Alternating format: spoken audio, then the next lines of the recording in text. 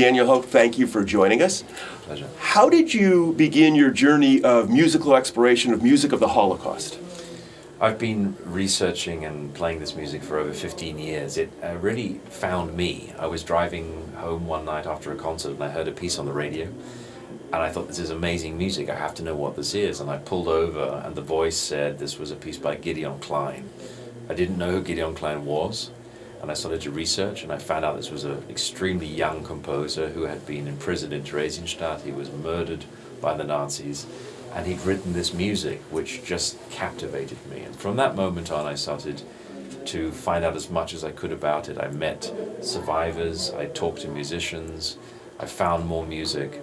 And 15 years later, I've really, with my colleagues and friends around the world, built up a network of this music and keeping it alive, even leading to a film which we made, Refuge in Music, a few years ago, that looked at the role of music to musicians. It took two surviving musicians, Coco Schumann and Alice Herz-Sommer, who were both in Theresienstadt, and it looked at what music meant to them.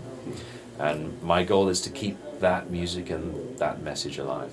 And how has interacting with this music transformed you personally? It's helped to really define who I am. My heritage, my Jewish heritage, I'm a big mixture. On my mother's side goes back to the first rabbi of Potsdam. On my father's side is Roman Catholics, so it's all in there. But the Jewish side in particular, which is the German Jewish side, I think I've really got to the bottom of it, and that's defined me as a person. And that came in part through this discovery of the music of Theresienstadt, and particularly as a musician, I speak through music. That's how I communicate.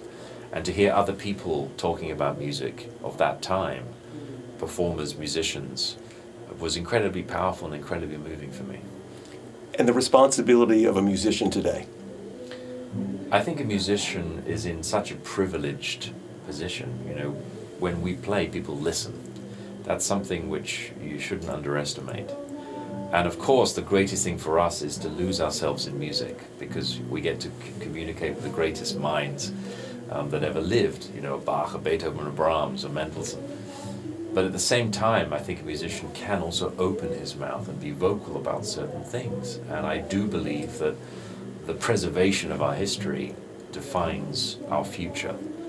And I think we have to really pay attention that our generation and the next generation doesn't forget their history. You live in Berlin. You've chosen to live there at a time that Europe is having some challenges. Yes. Speak to that for a moment. Yes, Berlin, I think, is an extraordinary city. It always has been, but particularly now. There's a very strong wish to integrate as many different cultures as possible, and I'm very much for that. I also think it's a city that's found its Jewish identity again, with many, many Jewish people returning there.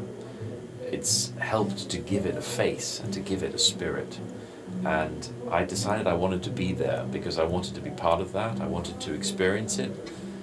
But also, we're living at a time where in the rest of the world there is a serious threat of a shift to the right and to the far right.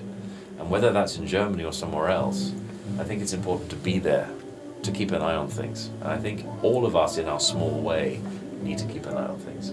Well, that's wonderful. I want to thank you. I want to note that there is music drifting in from the classrooms that surround us. That was not a setup.